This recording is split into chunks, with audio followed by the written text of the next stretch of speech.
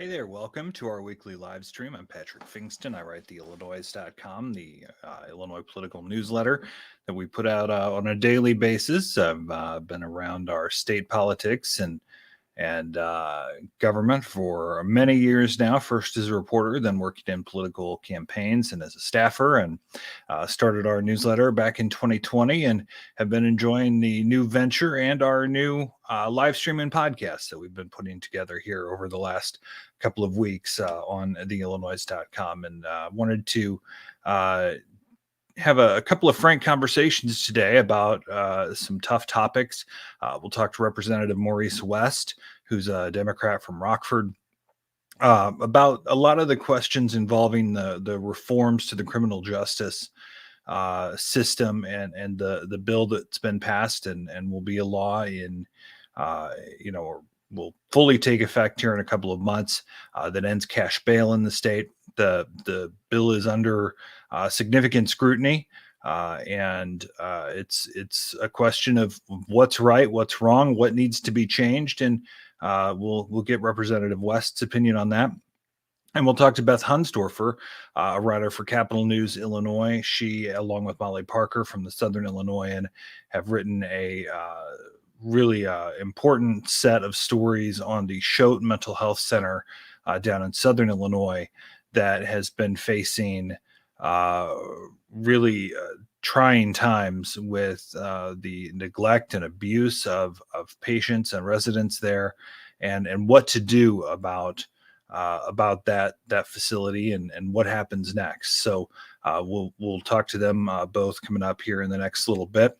Wanted to start though with this hastily called news conference by Darren Bailey yesterday.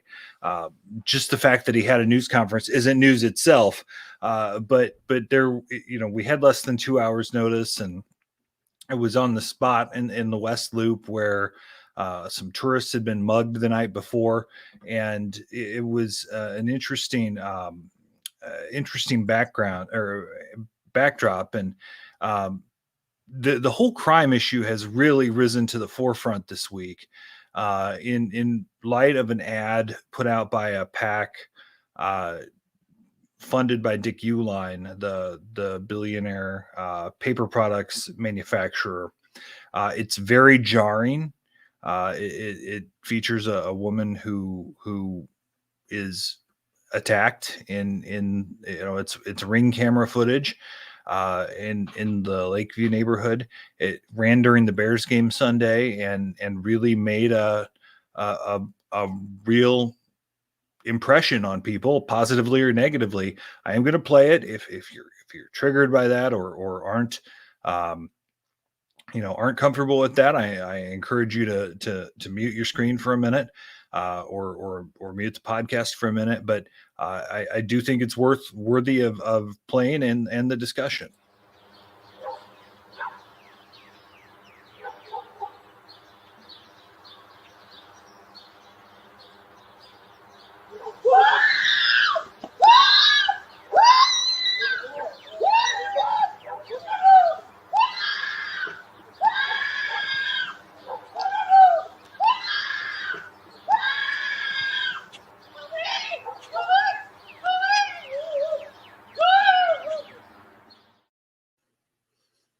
It's obviously a horrifying incident and one that I think is worthy of discussion.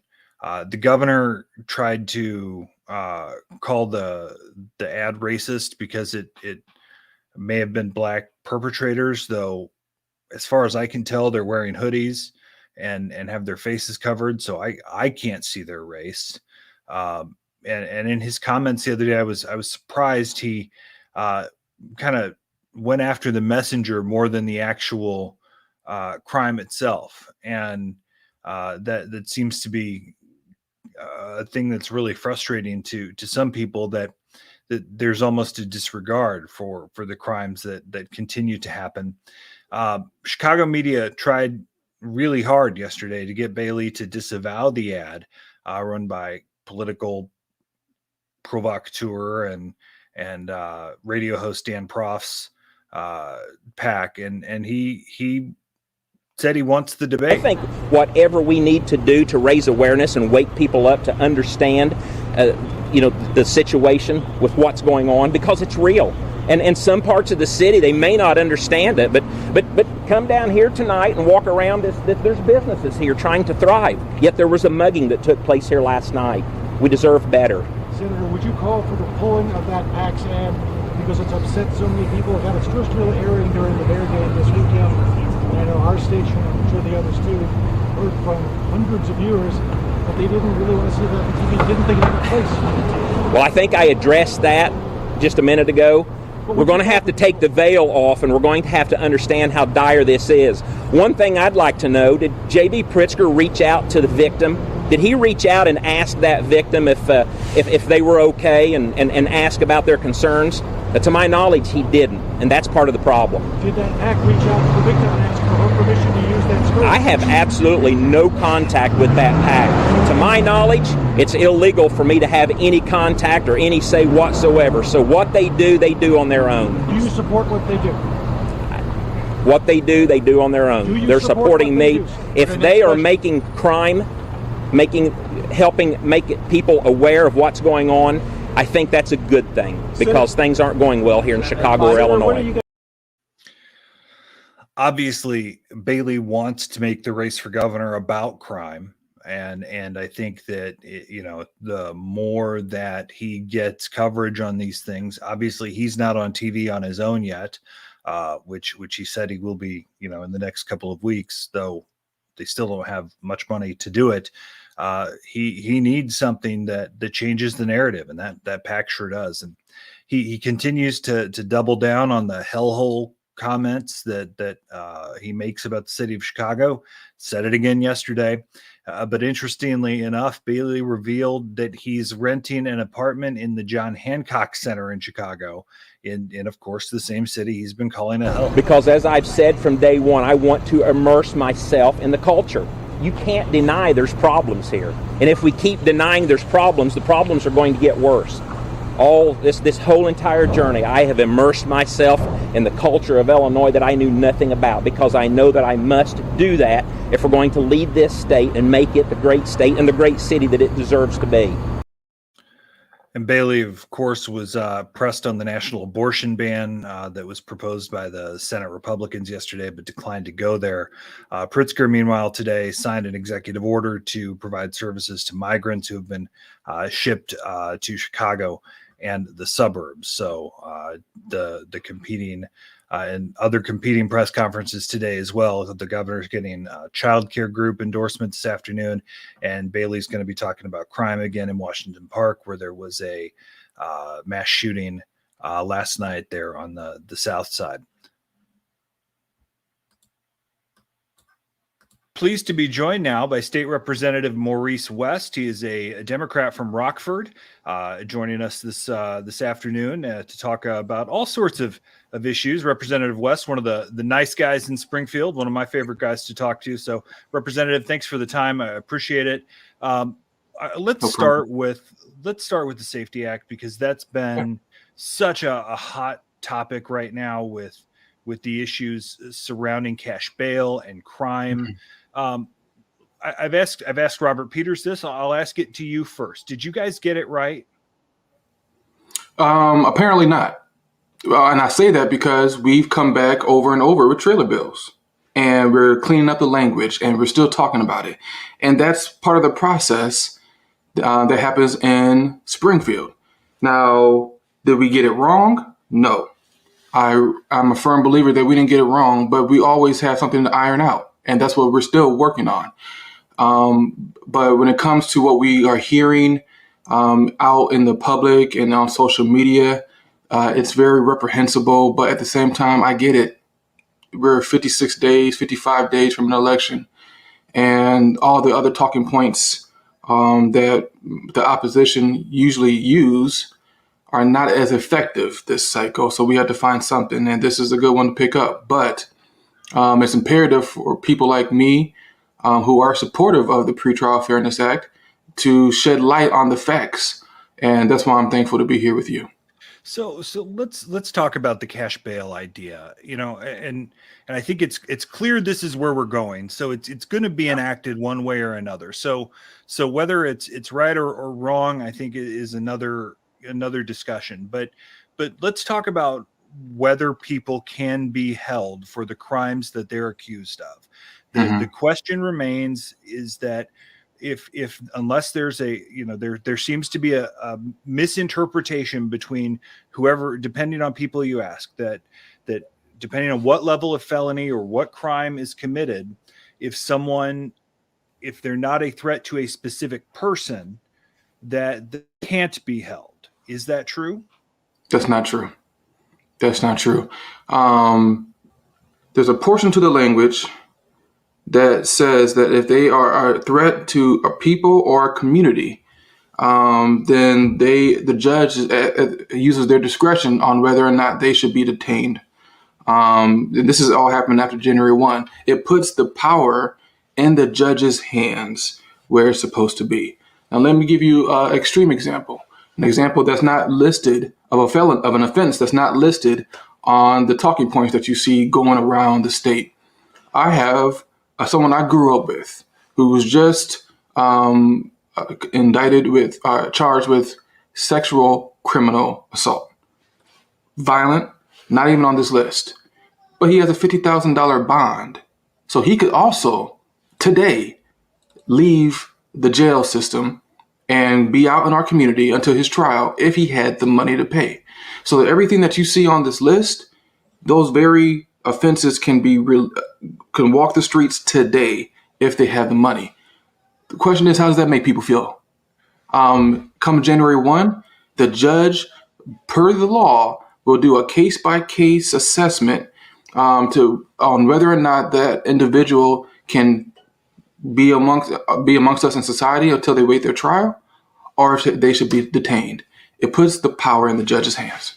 And this is where the potential cleanup comes in, because we've seen, some state's attorneys have sent me some lines that, the community lines, the single person lines, and maybe some people are unclear on the context. So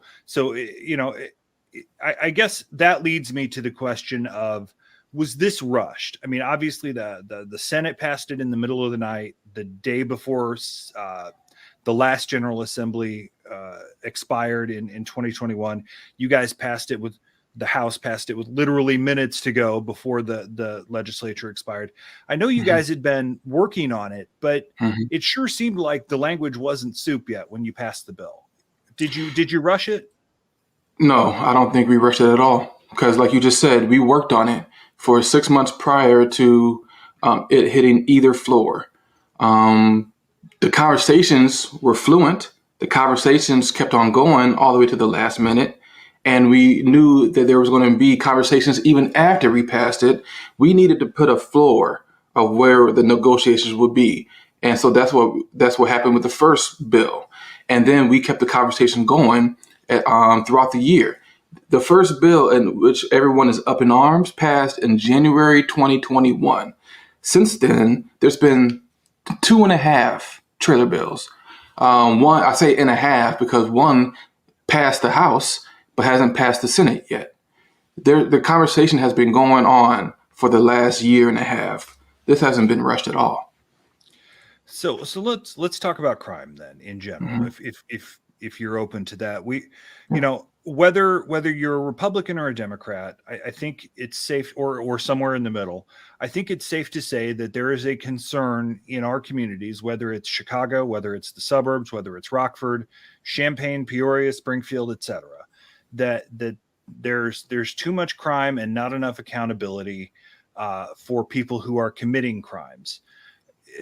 Much of that blame, politically seems to be, thrown at your party because you're the guys in charge. So it's at your feet.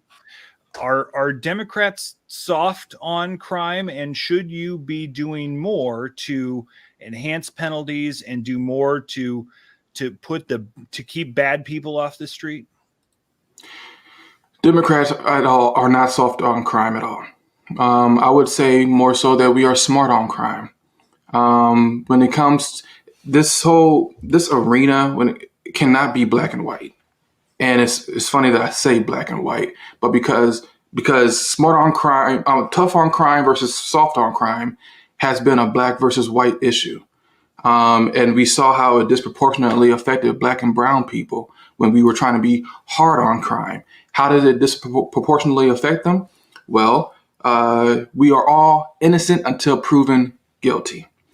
And so when we're hard on crime and we stop and frisk and we pick up anyone and everyone that we deem to be a suspect, we derail their way of life until their trial. And if they can't pay their bond or bail, they're in jail, innocent until proven guilty, for months on end. Sometimes, God forbid, almost a year plus, until their trial date. By the time that happens, and they either are proven innocent or they're put on probation or whatever that case may be, their whole way of life is altered. But now is that still an accurate argument because of the reforms that have already been placed? Bob Berlin in DuPage County says they have more recognizance bonds than they've ever had before. The judges are essentially asking, what can you pay? And if they can't, they're still getting that $30 a day credit. Is that a moot point now? No, I don't think it is a moot point. Not based on the conversations I've had with families who had loved ones still in jail who aren't able to pay their bail. I don't think it's a moot point at all. So we need to make sure we're smart on crime and not what is perceived as soft on crime.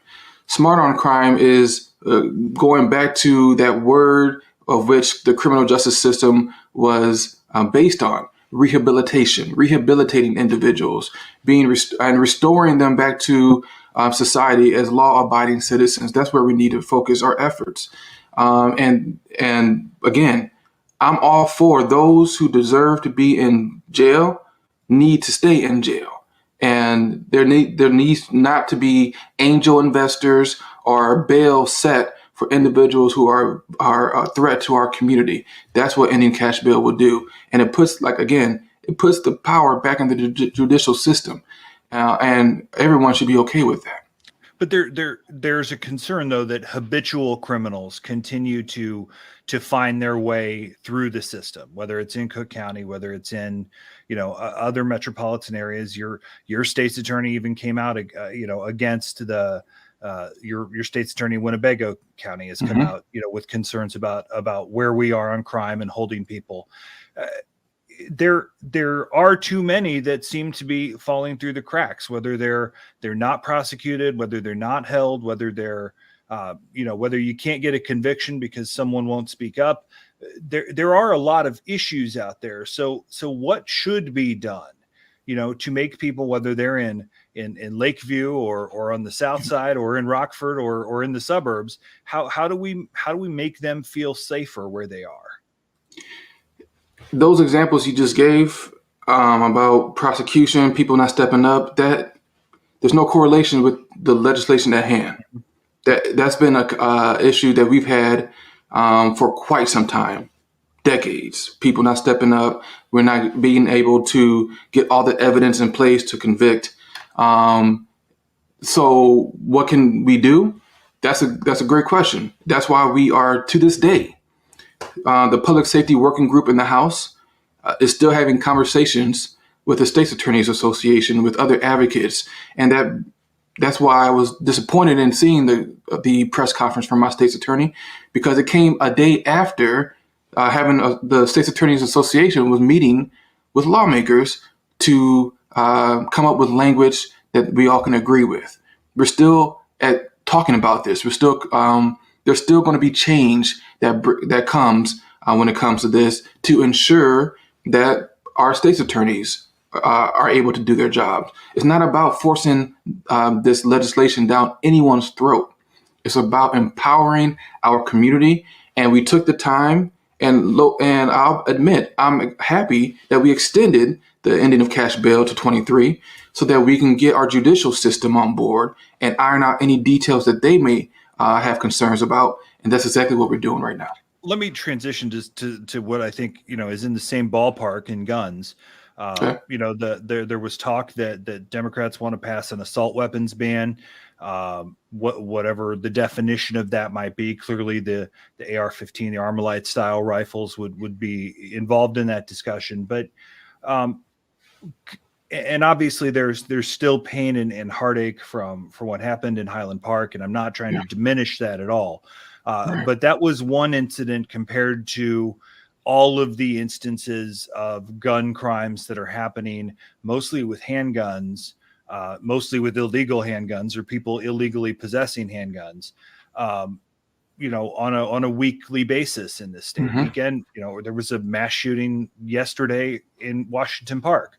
Is there, is this misdirected anger or misdirected legislation when we're maybe not focused on what's actually causing the most crime and the most killing out there? I wouldn't say it's misdirected legislation. I wouldn't even say it's misdirected anger, because the anger is valid based on what is going on in our communities. But the legislature, and as you mentioned, Democrats lead the legislature. Democrats are able to walk and chew gum. And we are also having conversations about what gun legislation looks like to help stem the tide of what we're seeing in our communities. Have we come to, when it comes to where I'm at mentally, have we come to a solution? No, not yet. We're still having conversations with advocates, with community members, with stakeholders on what's the best approach of this. But that is also something that I understand people put the two and two together. We have a Safety Act, the Pretrial Fairness Act that's about to come into effect. And we're seeing gun violence throughout our communities, throughout the nation. I see why people put those two together. But it's up to leaders like myself to ensure that their communities understand that these are two issues that are important to the people who are making laws. And it's up to us to show that by making sure we have effective outputs through legislation. And what that looks like at the moment, that's what we're working on now. I literally have a mental health working group that's focused on gun violence that started at 9 a.m. that I'll jump on in a minute. But we're on a weekly basis having conversations in different arenas that's connected to gun violence and what can be done to stem the tide. Before we let you go, I did want to touch on abortion, and you're someone that I've been interested in this topic with as someone who's a Christian, who's an African American, who's maybe not necessarily the straight up liberal progressive abortion everywhere sort of position that the Pritzker side of the party has taken. Where do you fall on this? I mean, we've seen polling that shows that 2/3 of the state is somewhere in the middle, whether it's pro-life with exceptions or pro-choice with restrictions. How do you see this? How do you balance your faith with this too?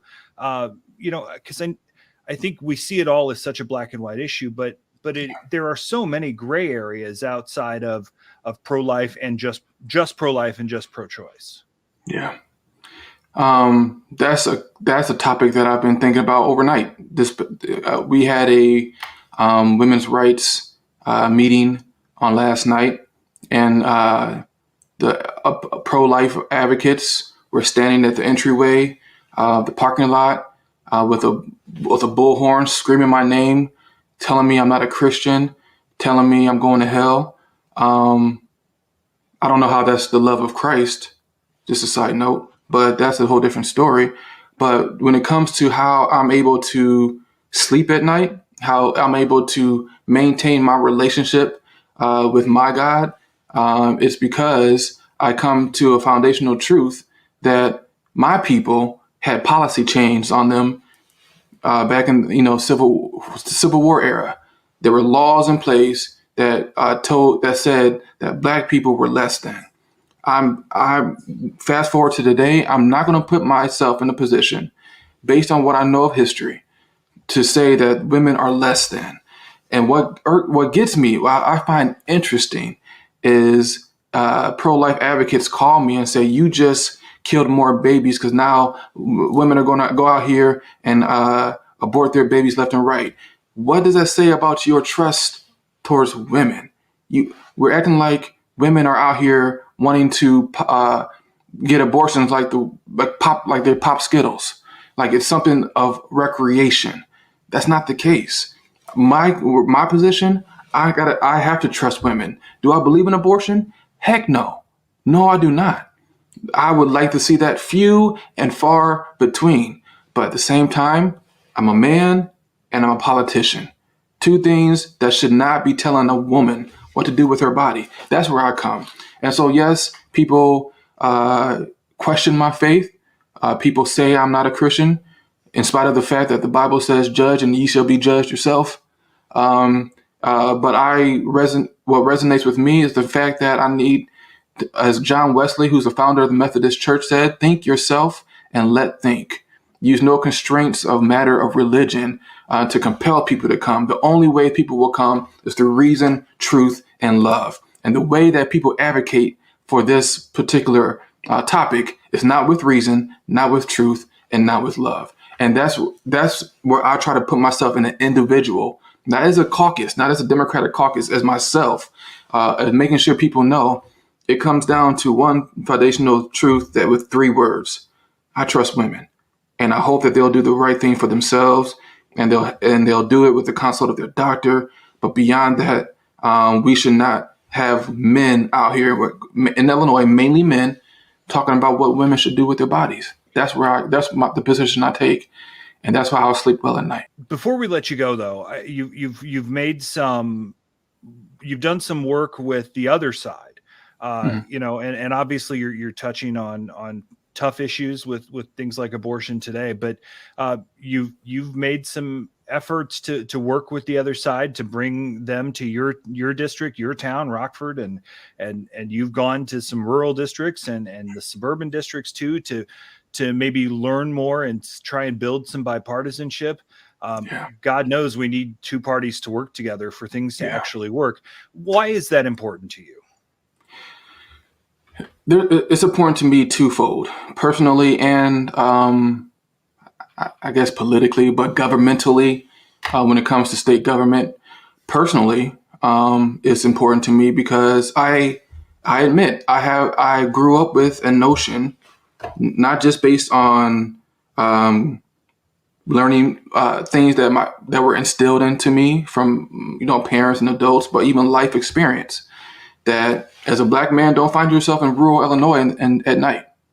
Don't when you travel, you look at the map to find out where the best places to get gas or to use the bathroom. Make sure it's heavily congested. One of those exits that has multiple, various fast food joints, restaurants, gas stations, so that don't go to the exit with just a lone gas station.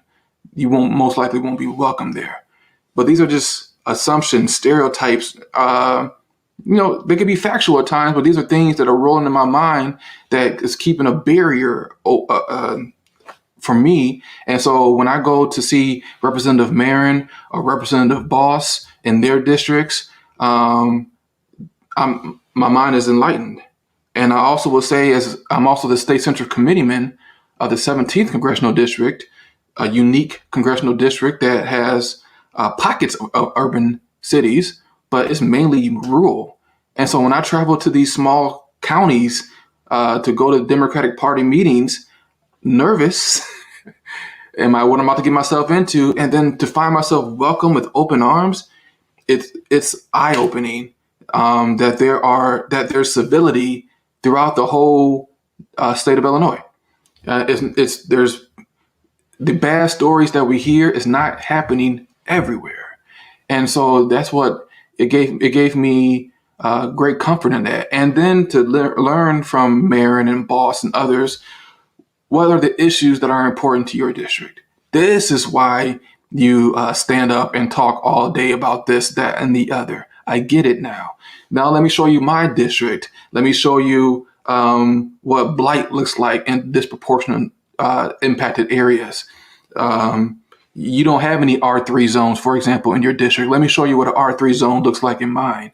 And then their eyes are open to what my district is going through. And then we can empathize. We can understand. We can agree to disagree. I know West is going to go this way. I don't agree with it, but I understand where he's coming from. And that's exactly where we should be. It's not. Unfortunately, we start taking politics personal. And I admit I'm guilty of it too, especially after 2016. I started saying I had to tell myself, not all Republicans are racist. Not all Republicans are racist. Not all Republicans are racist, because of the one who was at top, who was leading the Republican Party. And so doing this will remind people that there's civility in both parties, that there's integrity in both parties, that there's people in both parties who are just there to do the work of the people. And I encourage all my colleagues to do this, especially those in the Chicagoland area. Come out into downstate Illinois, see what is going on in downstate Illinois, see how beautiful rural Illinois is, and it will help us to empathize with what the other side of the aisle is fighting for, and see if there's common ground. As a guy that worked Republican campaigns and was on Republican staff for a while, I think we always viewed the other side as the enemy. And as I've gotten to know people like you and Representative Zaleski and other, members on your side, realize that, there are real people behind the name, behind the office. And that's, right. It's good to see that. Well, Representative, I appreciate the time. I appreciate the frank conversation, which I truly respect from you. I really appreciate this and hope we can do it again sometime. Anytime. Thanks for all that you do. Thanks for bringing a voice to the media that is grounded and civil. I read your article, your newsletters every day. And when I don't get something from you, I start questioning what's going on with Patrick. So thanks for all that you do. Maybe it's just the baby didn't sleep last night, but right. Totally understood. I appreciate that. Thanks so much. Thank you. Appreciate having Representative West join us. One of the good guys and young leaders in Springfield, who's really making trying to make a difference from his position and trying to do things a little bit differently than some others have done before as well. We're pleased now to be joined by Beth Hundsdorfer. She's a reporter for Capital News Illinois, based in Springfield. She had a great piece along with Molly Parker from the Southern Illinoian a couple of weeks ago about violence and neglect of patients at the Choate Mental Health Center in Southern Illinois. Beth joins us now on the phone. Beth, first of all, we knew about the charges against a few employees at Choate as of last year. So what was new? What came about that led to your reporting? I think I started out looking at it after the reports of the arrests came out, especially arrests of the administrators. And then there was some additional information that got released, just looking at following those court cases. And I think there was some stunning things within those charges, such as, forcing patients, developmentally disabled patients, to drink a cup of hot sauce. It sort of said that maybe there is a bigger cultural thing happening at Choate that needed to be taken a look at. And during the course of the reporting, I kept hearing Molly Parker's name. And of course, we knew each other. I worked at the BND for years. She worked at the Southern Illinoian for years. So I called her up and I was like, hey, do you want to work together on this? And she did. And I was very happy to have her on the team. And we got our hands on a book called Failure to Protect that was written by the chief of security at Choate after he retired. And from there, we just started pulling through. I don't think anybody had kept track of the number of employees that had been charged with criminal conduct for their treatment of patients at Choate. And we found out there were 26 employees that had been criminally charged for patient misconduct, neglect, and other things in connection with their employment. How does this continue to happen over time?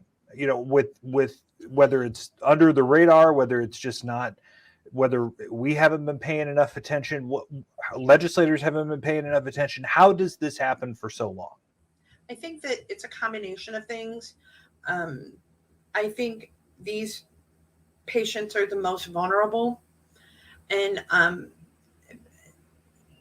it is, a lot of them are nonverbal. A lot of them have, one of my sources told me that they're people who have exhausted everyone through, they've exhausted their families in some cases, not in all cases, but in some cases they've exhausted their families.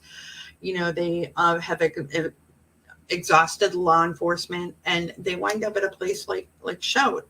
And it is a very vulnerable, you are in the care of the people who we pay to take care of them.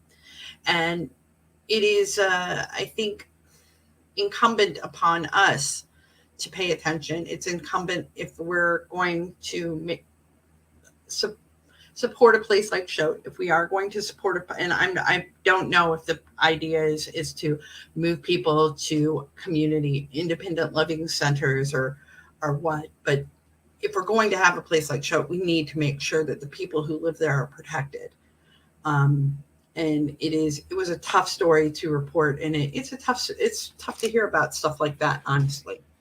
One of the frustrating parts of what I read was you mentioned the former chief of security there who literally wrote to the director of the agency that oversees Shout and said, we need action, we need help, and nothing ever happened of it. Why was that ignored? Why was he ignored? Was that incompetent in the Pritzker administration? What happened? I do not know why that meeting never happened. We printed the emails, we printed the department's response, but I don't know whether it is. Honestly, I couldn't speak to that because everything I say would just be speculation. I don't know, but not to put too fine a point on it, they did announce they were going to make some reforms at Shout, including installing cameras, which is something former Security Director Smoot had advocated. But all the cameras are going outside, and as you can imagine, probably the places where the patients would be most vulnerable would be inside the facility. But it seems shocking that they don't have security cameras looking at the hallways or the common areas. How is that not possible? From my understanding is that to have security cameras in there, you have to have the consent of the people who live there. It's a privacy issue. There were some family members who do not support the installation of cameras. So if you have one parent in opposition to it, DHS is saying, we have opposition, we can't move forward with installing cameras on the inside. What are employees saying? What did they tell you? That is it an overall good place with some bad apples over the years, or is there a culture of problems? Well, I think outside of talking to employees and what they said specifically, I think there are very good people that work at this facility. Make no mistake about that. But definitely you have to understand how it happens. There could be a patient who has some behaviors and becomes violent, and I require assistance from the other people who work for me. And just like in any other profession, I am not going to call you out because I depend on you. And it creates this culture of sort of compliance to each other, a code of silence, if you will.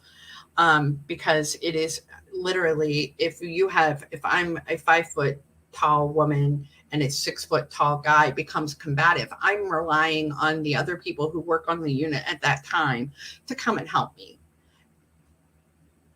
What's next? I mean, the governor's opened the door to closing the facility potentially. You know, it's not the only one. There's Murray and Centralia. There's Fox and Dwight, where I've been to that facility, and it's not at all like what's been described in Anna. What's next? What do we see happening as a result of all of these issues? Again, I hope that there is a redoubling of effort to make sure that the people who live at Choate are safe. Whether it is that the facility is closed or not. I know that in 2012, there was Governor Quinn had talked about closing Choate, and it survived. It is the largest employer in Union County, which is, probably not very. It's a poor county, tiny, rural, and poor. I'll say it if you don't want to. Yeah, it's it depends on the state employment. They had Florsheim shoes and Bunny Bread, and they were the other top two employers, and they've left. So what you have left is state employment, and it's good employment. It's a good salary with good benefits and good retirement, and generations of people have raised their families on working at Choate. I think it would also be, for some of the people and some of the parents, moving patients out of Choate. I mean, on its face, it's going to be traumatic. That's their home. Some of them, it's the only home they've ever known. And it would be a terrible thing to have to be the person who decides whether you put your loved one in jeopardy of being abused, or you traumatize them by moving them somewhere else.